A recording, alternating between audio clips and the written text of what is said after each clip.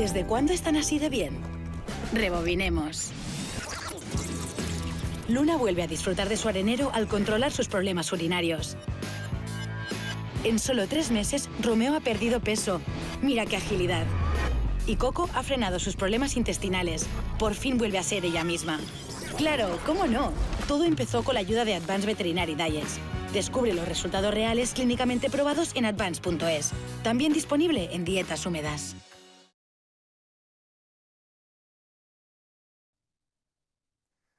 Hola a todos y todas, bienvenidos a una nueva sesión de estos Clinical Lectures. Mi nombre es Marco Fumero, soy residente de primer año de la especialidad de Urgencias y Medicina Intensiva de la Universidad Autónoma de Barcelona y hoy les hablaré acerca de la antibioterapia en el paciente crítico, sobre todo de aquellos aspectos clave a la hora de abordar este tema.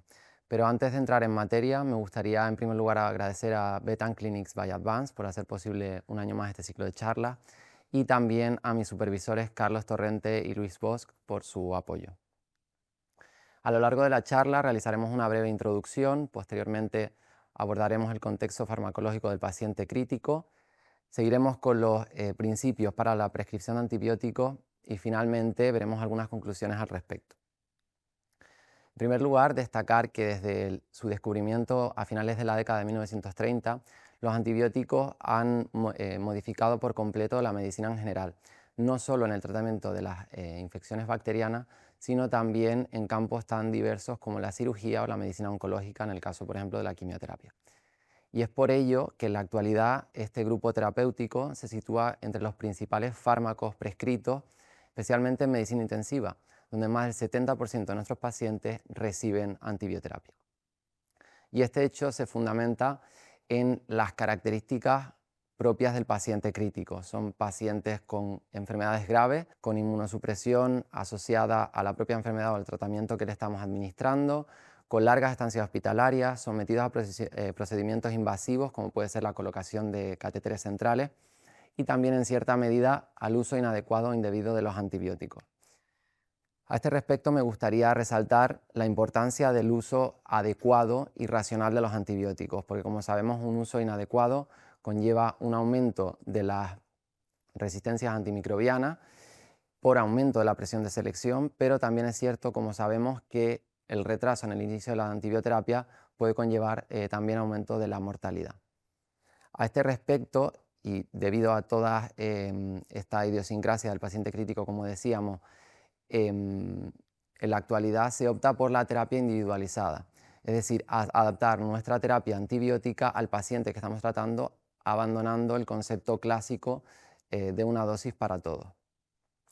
Veamos ahora el contexto farmacológico del paciente crítico, es decir, cómo la enfermedad va a modificar la farmacocinética y farmacodinámica en nuestros pacientes. Y en primer lugar, conviene recordar algunos conceptos farmacológicos. Por una parte tenemos la farmacodinamia, que es la ciencia que nos va o que va a estudiar aquellos cambios fisiológicos, bioquímicos y moleculares que el fármaco realiza sobre el organismo y que en relación a los antibióticos hará referencia sobre todo a la relación entre la muerte o inhibición bacteriana y la exposición al fármaco. Y por otra parte la farmacocinética, que en este caso hará referencia a la acción que el organismo va a ejercer sobre el fármaco. Generalmente se suele abreviar con el acrónimo ADME en relación a los 4 grandes procesos que van a sufrir los fármacos a nivel orgánico, que son la absorción, la distribución, la metabolización y la excreción. Y en relación a esta farmacocinética también importantes son el volumen de distribución y el aclaramiento. El volumen de distribución es un concepto teórico que nos va a hablar de la extensión con la que el fármaco se distribuye por el organismo y que generalmente se expresa en kilos de peso corporal y que generalmente se expresa en mililitros por kilogramo de peso corporal. Y por otra parte tenemos el aclaramiento, que en este caso va a hacer referencia al volumen completamente libre de fármaco, de volumen de plasma completamente libre de fármaco, que se genera por unidad de tiempo, bien sea por metabolización o bien sea por excreción. Veamos ahora en esta diapositiva cómo las diferentes disfunciones orgánicas y sistémicas asociadas a la enfermedad crítica van a impactar en la farmacocinética y farmacodinámica de los antibióticos en especial. En primer lugar, a nivel gastrointestinal, las principales alteraciones van a tener relación con alteraciones de la hipo o hipermotilidad, asociadas sobre todo a cirugías, a la utilización de determinados fármacos como los opioides, en este caso como analgésicos, o al conjunto de fallos orgánicos. En definitiva, lo que va a pasar es que se altera el tiempo de contacto de la mucosa gastroentérica con el fármaco y por tanto se va a alterar su absorción fundamentalmente. También alteraciones en el pH, debidas también a la utilización de determinados fármacos, como pueden ser los receptores de los antagonistas H2, y también a determinadas patologías concomitantes, como pueden ser la insuficiencia pancreática exocrina. También la reducción de la albúmina sérica, en este caso por alteración en la ingesta proteica, y esto va a afectar sobre todo a los fármacos que tienen una alta unión a proteínas plasmáticas, porque va a haber una mayor cantidad de fármaco libre o de fármaco activo, digamos. Y por otra parte, las anomalías en la dieta. Como decíamos, son pacientes con largos periodos de ayuno, sometidos a alimentación por medio de sondas nasogástricas, por ejemplo, con carencias vitamínicas, y todo esto va a hacer que se absorba de manera anómala el fármaco y también puede alterar la metabolización a nivel hepático. Del hígado, destacar que es uno de los principales órganos de detoxificación orgánica en lo que a fármacos se refiere. Es común que la insuficiencia hepática vaya de la mano de la enfermedad crítica, muchas veces asociado a la hipoperfusión, muchas veces asociado a la hipoperfusión, a la hipoxia o a la alteración en la disponibilidad de cofactores enzimáticos. Bien conocido es el caso del citocromo P450, que diversos estudios han podido valorar cómo se afecta tan profundamente en relación a la enfermedad crítica. Importante también que cuando falla el hígado, otros sistemas o órganos de metabolización extrahepáticos, como pueden ser el intestino o el pulmón, por ejemplo, toman especial relevancia. Importante también la interacción entre fármacos que son capaces de inhibir o inducir estos sistemas enzimáticos y por tanto alterar la metabolización y efecto de otros fármacos. Y también importante a nivel hepático que va a haber una alteración en lo que a las proteínas plasmáticas se refiere, fundamentalmente porque va a haber un aumento de las proteínas de fase aguda y disminución de la albúmina plasmática, y como decíamos, esto va a afectar a aquellos que tienen obviamente una alta unión a proteína y puede hacer que se altere su depuración sobre todo.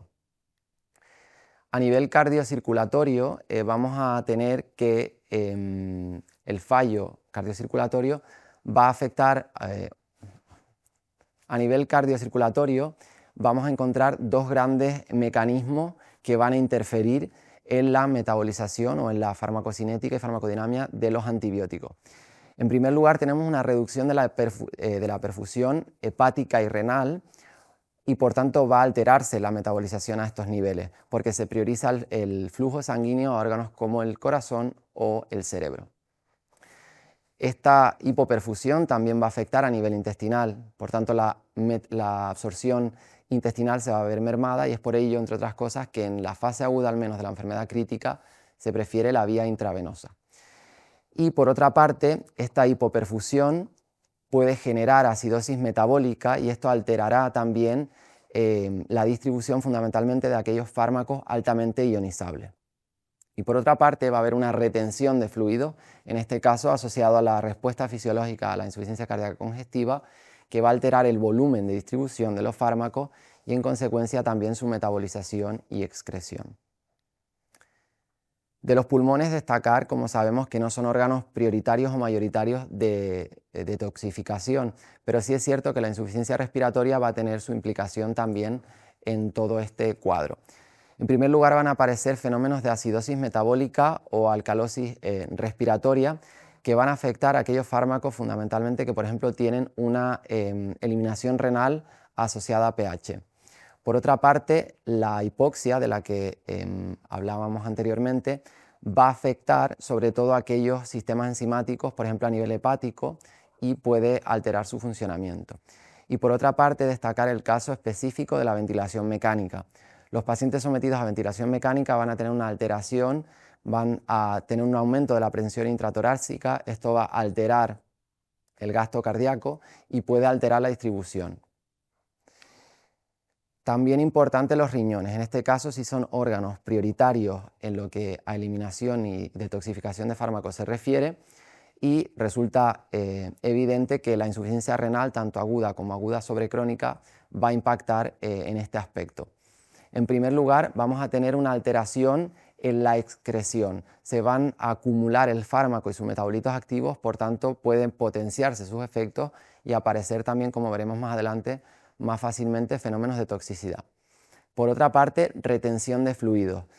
Es común la insuficiencia renal aguda, sobre todo, que vaya acompañada de una sobrecarga de fluidos. Esto va a aumentar o alterar el volumen de distribución de los fármacos y también puede complicar la terapia en este sentido. También alteraciones ácido-base. Es común también la acidosis metabólica, y esto puede alterar, como hemos dicho, la distribución fundamentalmente de los fármacos altamente ionizables.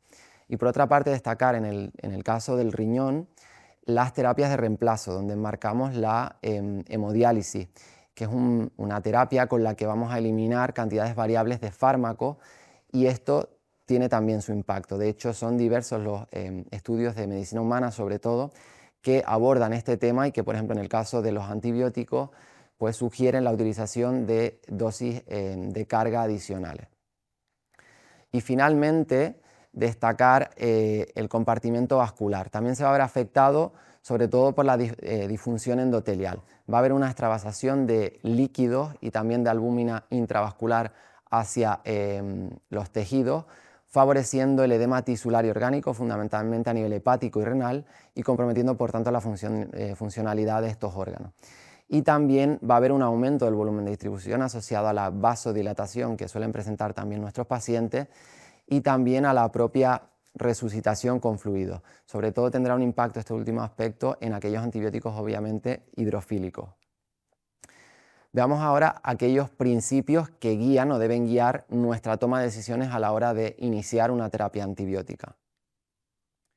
Es normal que cuando nos enfrentamos a este tipo de pacientes, con toda la problemática que hemos descrito, nos inunden las dudas de si iniciar o no la terapia antibiótica, qué dosis administrar, si escalar o desescalar en la terapia. Por ello, lo abordaremos esta parte del tema en este bloque. Para ello, y nos va a acompañar a lo largo de este bloque para contextualizar un poco y ejemplificar lo que vamos a ver en este bloque, tenemos a Tango, que es un macho castrado de 5 años que acude a consulta por un cuadro de vómitos, hiporexia y apatía. En la exploración física general vemos que Tango tiene las mucosas secas, tiene cierta taquicardia, tiene también la temperatura elevada con 39,4 grados centígrados y tiene resistencia a la palpación abdominal. Además, en la analítica destacamos una leucocitosis neutrofílica moderada, y lo que a analíticas iniciales se refiere, destacar también los hallazgos de la CPL, que en este caso tuvo un resultado anormal. Completamos el pool de pruebas con una ecografía abdominal en la que se revela que hay una gastroenteritis y una reacción peripancreática, en este caso leve. Por tanto, podemos concluir que Tango a priori lo que tiene es una pancreatitis. Entonces, la primera pregunta que nos planteamos, por ejemplo, en el caso de Tango es si debo o no pautar antibiótico a mi paciente. Para ello disponemos de diferentes herramientas que son las que les menciono a continuación. En primer lugar, criterios clínicos y laboratoriales. Son diversos los estudios que a lo largo de los años han tratado de determinar cuáles son estos criterios, tanto en el perro como en el gato. Aquí les dejo uno de los últimos estudios publicado recientemente y que valora como modelo perros con parvovirosis para determinar si están sépticos o no en base a la alteración de los siguientes elementos o criterios clínicos, como son la temperatura, la frecuencia cardíaca, la frecuencia respiratoria y alteraciones en el hemograma. Si en este caso, y según estos autores, hay 2 o más criterios alterados, podríamos considerar que nuestro paciente está séptico. Importante también y evidente es la observación directa del agente causal. Si evaluamos, por ejemplo, una muestra al microscopio y vemos bacterias y a priori pueden estar asociadas con el cuadro que estamos valorando, pues ya es un criterio de peso para valorar si iniciar o no esa terapia antibiótica. Por otra parte, el cultivo y antibiograma. Los cultivos, importante tomar las muestras de la zona sospechosa. Esto siempre no va a ser posible. Para ello tenemos otras herramientas como por ejemplo pueden ser los hemocultivos. Y también les dejo por aquí este otro estudio, en este caso para que vean otras alternativas. Aquí los autores tratan de valorar la utilidad de hisopos de mucosa oral profunda en perros con neumonía para ver si hay una correlación y son útiles a la hora de realizar estos cultivos. A priori señalan que en adultos podría ser una herramienta útil, son necesarios más estudios, pero en cachorros, por ejemplo, no. Y, y también el antibiograma. En este caso, como sabemos, nos va a permitir ver a qué antibióticos es sensible o resistente, por ejemplo, el patógeno que está causando el cuadro. En este caso es importante conocer la concentración mínima inhibitoria, sobre todo en el ámbito de la medicina intensiva, para poder modular más adecuadamente nuestras dosis. No todos los laboratorios, destacar que no todos los laboratorios nos dan una concentración mínima inhibitoria concreta, sino que suelen darnos una escala de, por ejemplo, sensible, resistente o intermedio. Y ya les digo que sería más de utilidad conocer el valor absoluto. También otra herramienta serán los biomarcadores. En este caso les hablo de la procalcitonina, que en medicina humana ha dado resultados bastante prometedores. En el caso de la medicina veterinaria hay algunos estudios que la han utilizado para discernir entre abdómenes sépticos o ascitis asépticas y en este caso han dado buenos resultados, como les digo también, pero no disponemos de test rápidos, por ejemplo en veterinaria, que nos puedan permitir in situ tomar una decisión al respecto. Por tanto, simplemente que sepan que existen y que esperemos que se desarrollen en breve. También, como les dejo en este otro artículo, las proteínas de fase aguda pueden actuar como marcadores. La aptoglobina o la proteína C reactiva, como veremos después, no solo nos sirve para determinar si debemos administrar o no antibiótico a nuestro paciente, sino también para valorar una desescalada en esta terapia. Volviendo al caso de Tango, como hemos visto y a priori según lo expuesto, no cumple criterios de sepsis y también la pancreatitis es a priori, como digo, un proceso estéril. Por tanto, a priori a Tango no le debemos pautar antibiótico. Pero ¿qué pasa si tenemos un paciente al que efectivamente hay que pautar antibiótico o al menos nos lo planteamos? En este caso estableceremos una terapia empírica basada en tres grandes pilares. En primer lugar, el tiempo de inicio de la terapia, es decir, cuándo iniciar esa antibioterapia. En segundo lugar, la adecuación de la terapia empírica, es decir, qué antibiótico o cuál es el antibiótico que debo utilizar. Y en tercer lugar, el alcance de niveles terapéuticos, es decir, la adecuación de la dosis a la que debo administrar el fármaco. Veamos cada uno de estos puntos y respondiendo al primero, ¿cuándo debo iniciarlo? Bueno, pues el impacto sobre el tiempo de inicio de la terapia antibiótica en medicina veterinaria no ha sido adecuadamente abordado y la mayoría de recomendaciones se desprenden de estudios de humana. En este caso, la Surviving Sepsis Campaign, que nos recomienda a médicos de humana, y nosotros lo extrapolamos, el inicio de la terapia antibiótica, incluso en la primera hora tras la detección de ese cuadro de sepsis o shock séptico. Otros estudios en la misma línea, como este otro que les dejo, publicado también en el Critical Care Medicine, abordan y apoyan esta teoría. En este caso, estudiaron un grupo de humanos, obviamente, pacientes con peritonitis séptica. No, me acabo de leer. Les dejo aquí también otro artículo, en este caso publicado en el Critical Care Medicine, que apoya esta línea que venimos describiendo. Estudiaron una serie de pacientes con un cuadro de shock séptico y valoraron que una vez se desarrolla la hipotensión, las primeras 6 horas son claves, de modo que por cada hora de retraso en el inicio de la terapia antibiótica, en esas primeras 6 horas, hay un aumento de la tasa de mortalidad en torno a un 7,6%. ¿Y por qué insisto tanto en el inicio temprano de la antibioterapia? Bueno, porque lo que pretendemos es en definitiva reducir la carga antimicrobiana y reducir el tiempo para que se pueda desarrollar un estrés inflamatorio sistémico que pueda llevar a nuestro paciente a un punto de no retorno o de no recuperación. Importante también es que el retraso en el inicio de estas terapias puede conllevar mayor riesgo de daño renal, mayor riesgo de disfunción orgánica y por tanto también, como resulta lógico, mayores estancias hospitalarias. Importante es también no solo determinar o identificar que el paciente está séptico o no, sino hacerlo lo antes posible. Como ejemplo les dejo aquí este otro artículo en el que se valoró la protocolización frente a la no protocolización en la recepción de estos pacientes y se vio que si tenemos un protocolo establecido podemos valorar antes a estos pacientes, determinar si están sépticos o no y por tanto iniciar cuanto antes esta terapia antibiótica, que es lo que tratamos. Y la otra pregunta de la que hablábamos, ¿qué antibiótico es el más adecuado? Bueno, pues en primer lugar, y antes de profundizar en este sentido, destacar o recordar cuáles son las principales clasificaciones de los antimicrobianos.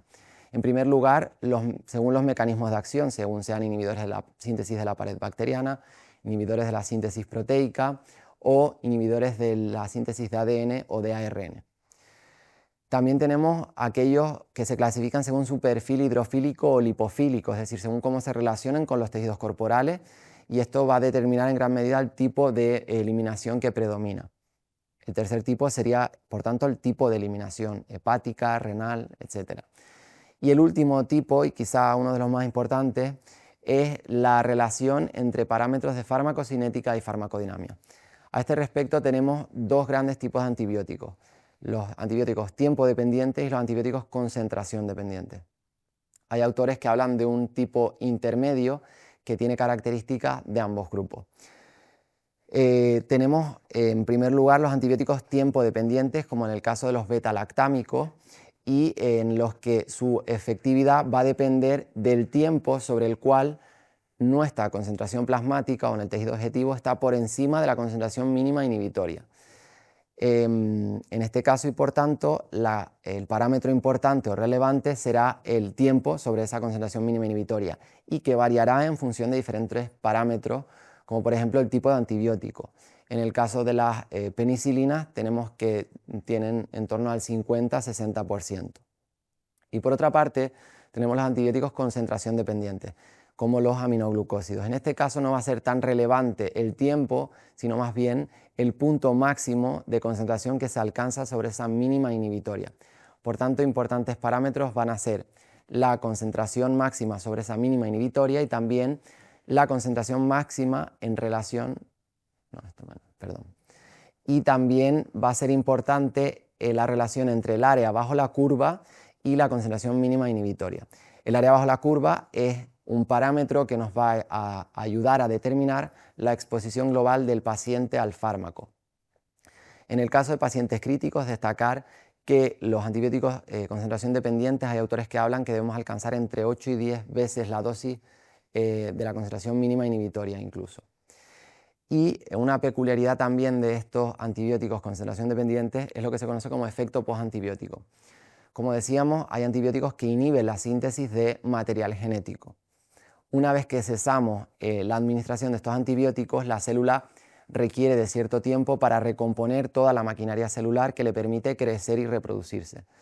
Y es este tiempo en el que obviamente no va a poder haber crecimiento ni reproducción bacteriana, si así lo queremos denominar, y es a lo que se conoce como efecto postantibiótico.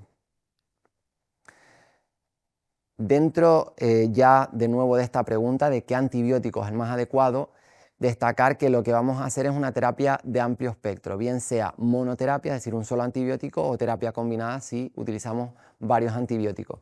Nuestro objetivo va a ser cubrir un rango amplio dentro del espectro antibiótico y en base a la suposición que tengamos del patógeno que puede estar causando este cuadro. Para ello nos podemos apoyar en también diferentes herramientas. En este caso les propongo aquí el diagrama conocido como diagrama de los 4 cuadrantes. Vemos que se clasifican las bacterias según sean gram positivas, gram negativas, aerobias o anaerobias, de forma que los antibióticos que se sitúan en el compartimento central tienen cobertura, teóricamente, para los 4 cuadrantes. Digo teóricamente porque este diagrama, por ejemplo, no contempla las resistencias bacterianas, por tanto, puede servirnos como herramienta, pero tenemos que tomarlo con ciertas precauciones. Y también otros factores a considerar van a ser el tipo de infección, por ejemplo, antibióticos que cubran anaerobios en caso de infecciones gastrointestinales, también la ubicación geográfica y época del año y también el tipo de patógeno del que sospechamos y las resistencias locales.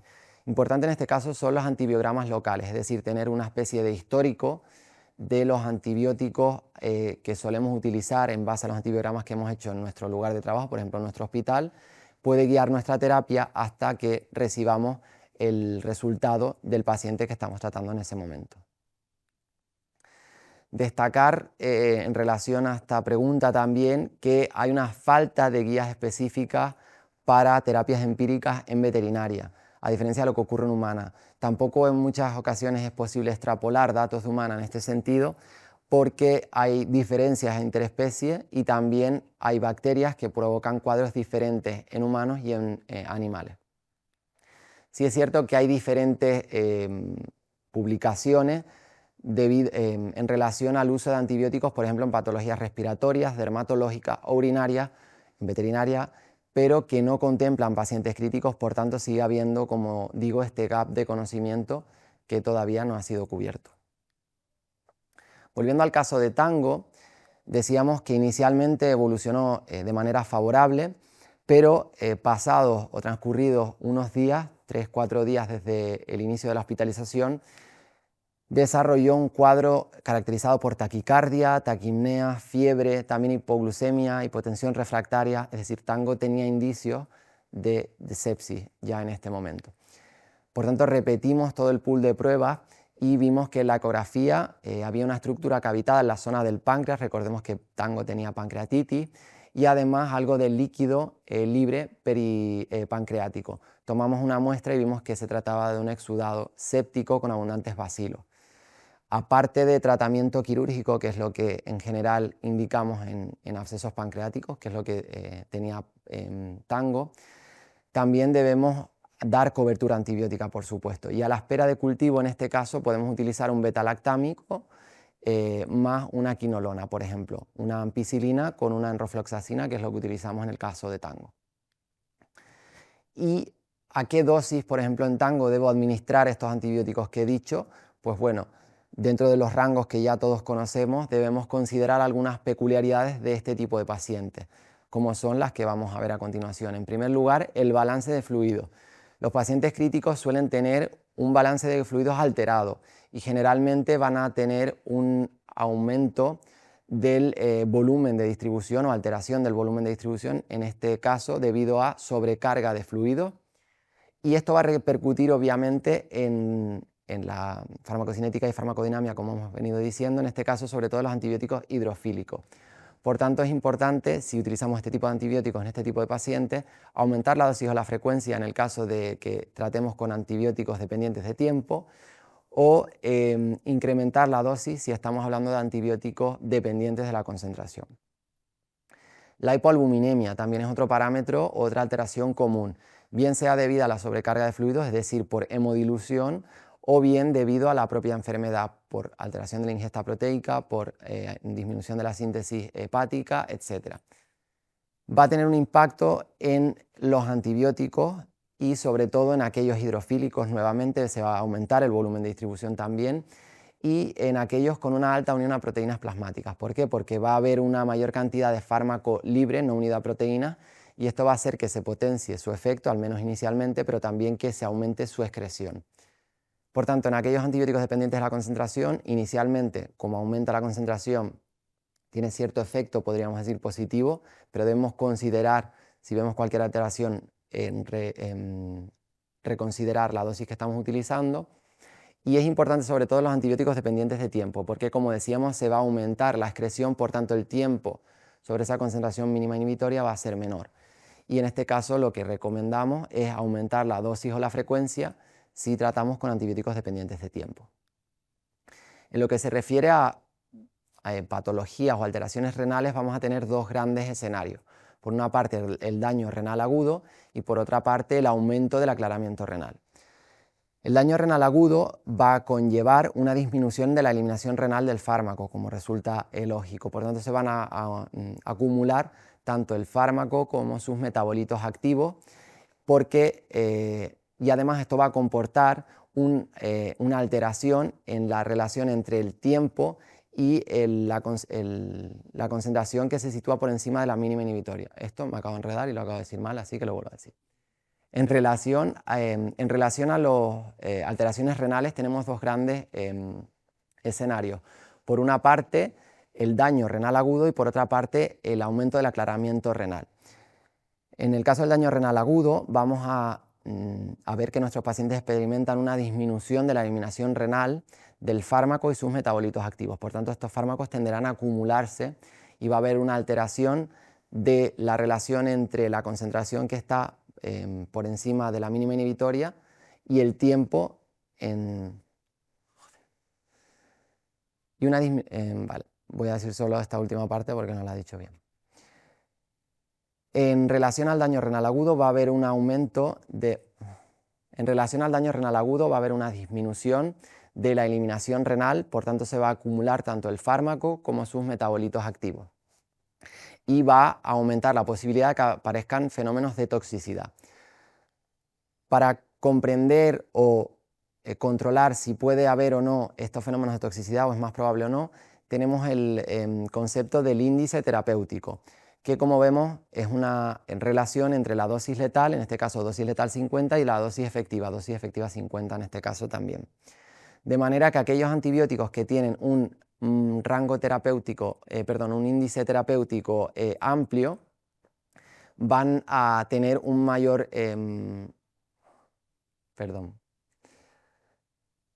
Importante en este sentido es el concepto del índice terapéutico, que relaciona la dosis letal 50 con la dosis efectiva 50. De manera que si tenemos un fármaco, en este caso un antibiótico, con un índice terapéutico bajo, quiere decir que hay un corto rango o corto espacio entre la dosis efectiva y la dosis letal. Por tanto, si se acumula el fármaco, fácilmente podemos irnos hacia fenómenos de toxicidad. En cambio, si el margen, o índice terapéutico es más amplio, pues tenemos más margen en el caso de que haya un daño renal agudo. Esto va a ser importante en el caso de los antibióticos de bajo índice terapéutico, como decíamos, que deben ser espaciados o evitados. En el caso de aquellos que tienen un índice terapéutico más amplio, podemos, al menos las primeras 24 o 48 horas, no tomar decisiones respecto a la dosis, pero si persiste ese daño renal, sí debemos reconsiderar modificar la dosis. Y el otro parámetro en cuanto a alteraciones renales sería el aclaramiento renal aumentado. El aclaramiento renal aumentado conlleva un aumento de la eliminación de sustratos por parte del riñón y que generalmente lo vamos a asociar, para poder determinarlo, con un aclaramiento de creatinina aumentado, superior a 120-150 mililitros por minuto. Aunque hay autores que hablan de que con aclaramientos de creatinina superiores a 130 mililitros por minuto ya puede haber fenómenos de alteración en cuanto a la efectividad de los antibióticos que utilizamos. Para calcularlo debemos conocer, como vemos aquí en la fórmula, la concentración urinaria por el volumen de orina que estamos valorando entre la concentración plasmática de la sustancia en cuestión. Se trata de un parámetro, sin embargo, que es difícil de predecir. En el caso de medicina humana hay autores que proponen la utilización de orina de 8 horas para poder valorarlo. En veterinaria la incidencia es desconocida y podría ser un primer paso para utilizar este parámetro, la utilización de esta orina en 8 horas para tratar de calcularlo. Importante destacar que el aclaramiento renal suele ir asociado a valores de creatinina normales. Por tanto, si no somos capaces de calcular este parámetro, porque no podemos medir la orina, por ejemplo, debemos solo descartar el aclaramiento renal aumentado en caso de que la creatinina está por encima del límite superior del rango normal. Por tanto, vamos a pautar el límite alto del rango de dosificación y con mayor frecuencia solo si la CREA está en rango. La disfunción hepática, en este caso, también hemos visto que el hígado se puede ver enormemente afectado por diferentes fenómenos, por ejemplo la hipoxia. Sin embargo, es necesaria una alteración de la funcionalidad hepática mayor de en torno al 90% para que hayan alteraciones evidentes o sustanciales en cuanto a lo que farmacocinética y farmacodinamia se refiere. Y solo en caso de insuficiencia hepática fulminante valoraremos modificar nuestra dosis de antibiótico. El caso de Tango, una vez más, de su bioquímica destacamos la hipoalbuminemia que tenía, de en torno a 1,8 gramos por decilitro. En base a los antibióticos que decidimos utilizar, tenemos la ampicilina, que es un antibiótico hidrofílico y por tanto se puede ver alterado su volumen de distribución, y también la enrofloxacina, es un antibiótico dependiente de concentración, y en este caso va a haber inicialmente un aumento de la concentración máxima, pero también mayor excreción. Destacar que estos antibióticos tienen una unión a proteínas plasmáticas moderada, pero aún así debemos considerar que se puede haber alterada su farmacocinética. Entonces, dentro del rango terapéutico que les propongo aquí, pues nos situaríamos en un nivel medio y valoramos la evolución del paciente. La otra gran pregunta: ¿cómo sé si la terapia que he seleccionado o que estoy aplicando está funcionando? Pues disponemos también de diferentes herramientas. En este caso les hablo en primer lugar de la monitorización terapéutica de fármacos. Es una técnica utilizada en medicina humana y que valora directamente en plasma la concentración del fármaco que estamos estudiando. Tanto la porción libre, es decir, la efectiva o activa, y la porción unidad proteína. Se trata de un parámetro o de una metodología de interpretación también compleja, porque, por ejemplo, no siempre la concentración plasmática puede reflejar la concentración en el tejido objetivo. Por tanto, en veterinaria no se usa de manera amplia. Sí es cierto que, por ejemplo, en el caso de los anticonvulsivantes sí lo usamos, pero en el caso de los antibióticos no es algo que usemos generalmente. Les dejo aquí otro artículo, en este caso también de veterinaria, en el que sí utilizaron, en este caso podemos decir que de manera experimental, la monitorización terapéutica de fármacos para determinar el impacto de la administración de ampicilina sulbactam de manera pulsátil frente a la administración en CRI. La evolución clínica obviamente va a ser otro de nuestras grandes bases para determinar si está funcionando o no nuestra terapia. Debemos reevaluar los signos clínicos, por ejemplo, si a nuestro paciente tenía fiebre y esta fiebre ha remitido, y también la evolución del leucograma pasadas unas 24 o 48 horas del inicio de la terapia. Si por suerte tenemos la posibilidad de tener un informe previo del cultivo y vemos que hay crecimiento bacteriano, nuestro paciente no ha evolucionado como esperamos, podemos considerar ampliar la terapia frente a organismos multiresistentes. Si por el contrario no hay crecimiento bacteriano en esta información previa que tengamos y nuestro paciente sigue empeorando, debemos reconsiderar si realmente, por ejemplo, nuestro paciente tiene una infección bacteriana o de otro tipo, y debemos evitar escalar de manera innecesaria en la terapia antibiótica. Importante también en esta terapia empírica es la desescalada de la terapia, es decir, una vez tenemos resultados y de acuerdo a la evolución de nuestro paciente, debemos adecuar a estos resultados la terapia que estamos utilizando, porque nos va a permitir fundamentalmente dos cosas, que son la reducción de efectos adversos, por ejemplo, las diarreas asociadas a Clostridium difficile en el caso de determinados antibióticos, y también, por otra parte, la disminución de infecciones nosocomiales, porque hay menos probabilidad de que generemos resistencias antimicrobianas. En el caso de humana, la adhesión a la terapia desescalada es relativamente baja, al igual que ocurre en veterinaria, donde se sitúa en torno al 31%. En el caso de la escalada, sí que nos situamos en torno a un 22% de esta escalada. ¿Cuándo finalizo la terapia? Otra de las grandes preguntas. Bueno, también disponemos de diferentes herramientas. En este caso, la Surviving Sepsis Campaign en humana recomienda cursos de en torno a 7-10 días, a no ser que haya indicación clínica de lo contrario. Por ejemplo, pacientes que estén inmunosuprimidos. Y también cursos cortos, por ejemplo, si la evolución clínica ha sido buena y se ha podido drenar el foco séptico, por ejemplo, en el caso de sepsis peritoneal o urosepsis. Sea como fuere, en cualquier caso debemos evitar tanto cursos muy largos como muy cortos si no son necesarios, porque como vemos en esta tabla podemos generar complicaciones diversas, desde un aumento del coste económico hasta un aumento de la probabilidad de recidiva.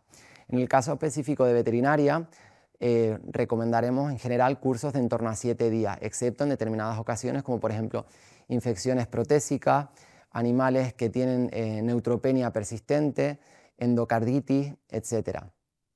Y importante también va a ser en nuestros pacientes que hagamos un seguimiento con biomarcadores. Hablábamos antes de la proteína C reactiva, que en este caso nos va a servir para, según su evolución, según sus niveles, desescalar la terapia antibiótica si nuestro paciente en líneas generales evoluciona favorablemente. Y en cualquier caso, muy importante recalcar, debemos tomar decisiones individualizadas. Estos son herramientas, son ayudas, pero somos nosotros los que estamos viendo a nuestro paciente, vemos cómo evoluciona y en base a su evolución y a nuestro paciente específicamente debemos tomar las decisiones. Volviendo al caso de Tango, tuvo una buena evolución clínica pasados unos 5 días, también se acompañó de una buena evolución analítica y recibimos el antibiograma y cultivo. En este caso vemos que era resistente a uno de los fármacos que estábamos administrando, por tanto lo suspendemos y mantenemos solo la enrofloxacina. La ampicilina en este caso no tendría sentido y por eso acotamos a nuestros resultados nuestra terapia, que sería lo adecuado.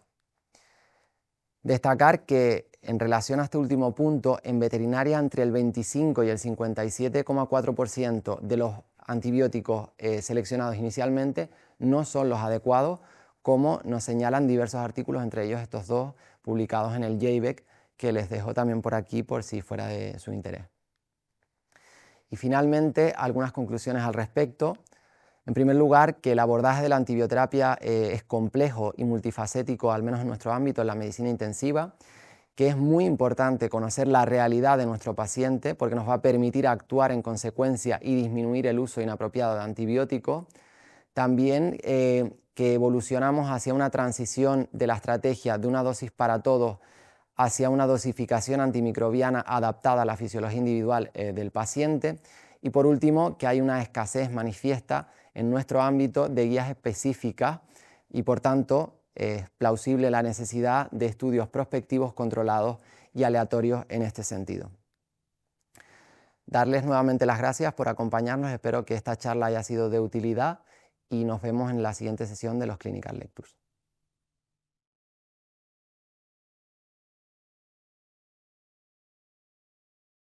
Bienvenidos. Nos gustaría presentaros nuestra nueva propuesta de alimentación freeze-dried, una tecnología revolucionaria que viene a cambiar la alimentación de las mascotas que conocemos hasta el día de hoy. ¿Qué características tiene esta alimentación? Es un producto donde tenemos una máxima naturalidad, ya que el 100% de los ingredientes son naturales, con una máxima conservación de los nutrientes. Esto quiere decir que es un proceso que trata de una forma muy cuidadosa el ingrediente original, preservando al máximo los nutrientes de este ingrediente y también sus características organolépticas, lo que es el sabor y la palatabilidad de los ingredientes. Este proceso de liofilización consiste en primero hacemos un proceso que es la mezcla de los ingredientes 100% naturales, hacemos una rápida congelación del producto y después lo pasamos a una atmósfera en vacío que nos permite extraer el agua de una forma cuidadosa y esto nos va a permitir como resultado tener un producto donde tenemos una máxima conservación de todos los ingredientes y los nutrientes originales y además de una forma muy palatable. Como resumen, las características de este producto liofilizado son una máxima naturalidad, una máxima conservación de los nutrientes originales de los ingredientes y además es fácil de usar porque se mantiene a temperatura ambiente y está listo para servir en el momento que queremos poner la comida de nuestra mascota. ¿Qué ventajas nos ofrece frente a las tecnologías convencionales en alimentación de mascotas? Pues bueno, frente al producto convencional que sería el producto seco o las tecnologías alternativas como los productos wet o productos que se compran congelados, las ventajas que tiene es, en primer lugar, que el 100% de los ingredientes son naturales, que este proceso de liofilización, como hemos dicho, preserva al máximo los nutrientes del ingrediente original y luego la comodidad que tiene de que sea fácil de mantener porque se mantiene a temperatura ambiente y esté listo para servir. Y tenemos tres propuestas diferentes de cómo incorporar esta tecnología a nuestros hogares. En primer lugar, tenemos el producto es el producto Toppers. Es un producto que hemos diseñado para que se pueda mezclar sobre cualquier producto dry. Es una manera de incorporar partículas con estos ingredientes liofilizados en la alimentación diaria. Esto nos va a permitir llegar a un máximo de hogares con esta nueva tecnología. En segundo lugar, nuestra propuesta es el Complete Food, que es un producto que hemos diseñado para perros mini, donde el 100% de la comida es liofilizada. Es un producto que sería listo para servir y donde toda la tecnología, todos los ingredientes han sido liofilizados. Y en tercer lugar tenemos los snacks, que es otra forma de llevar la liofilización a un máximo de hogares. En primer lugar vamos a ver el Toppers, que es este producto que hemos dicho que hemos diseñado para poder mezclar sobre una base de producto dry de cualquier producto que esté utilizando nuestro cliente. Y es un producto que es muy interesante porque nos va a poder permitir añadir más diversión, una fórmula que es más atractiva, una comida más variada, más palatable. Son productos que los hemos testado y a los perros les encantan, con lo cual cuando tú lo incorporas sobre la base de producto dry, pues el perro realmente disfruta más esta comida. Y esto pues nos da una gran oportunidad de llegar a muchísimos hogares con este producto, que es algo distinto, ¿no? que en el mercado a día de hoy no existe esta posibilidad de comprar un topper y poder mezclarlo sobre la base de alimentación diaria. ¿Y en qué consisten estas recetas de los toppers? Lo que tenemos son dos fórmulas. Tenemos una fórmula de pollo y una fórmula de whey, donde están constituidas pues, con un 80% por este ingrediente principal, donde lo complementamos con un 20% de frutas y verduras, y como características tenemos que tenemos una única fuente de proteína animal, está hecho con 100% ingredientes naturales y no tiene ningún aditivo artificial. Es un producto que es completo y equilibrado, y esto también es importante porque lo que estamos añadiendo cubre todas las necesidades diarias de estos perros, con lo cual se puede mezclar con total tranquilidad sobre la base de producto dry, y es un producto que no contiene cereales en sus ingredientes.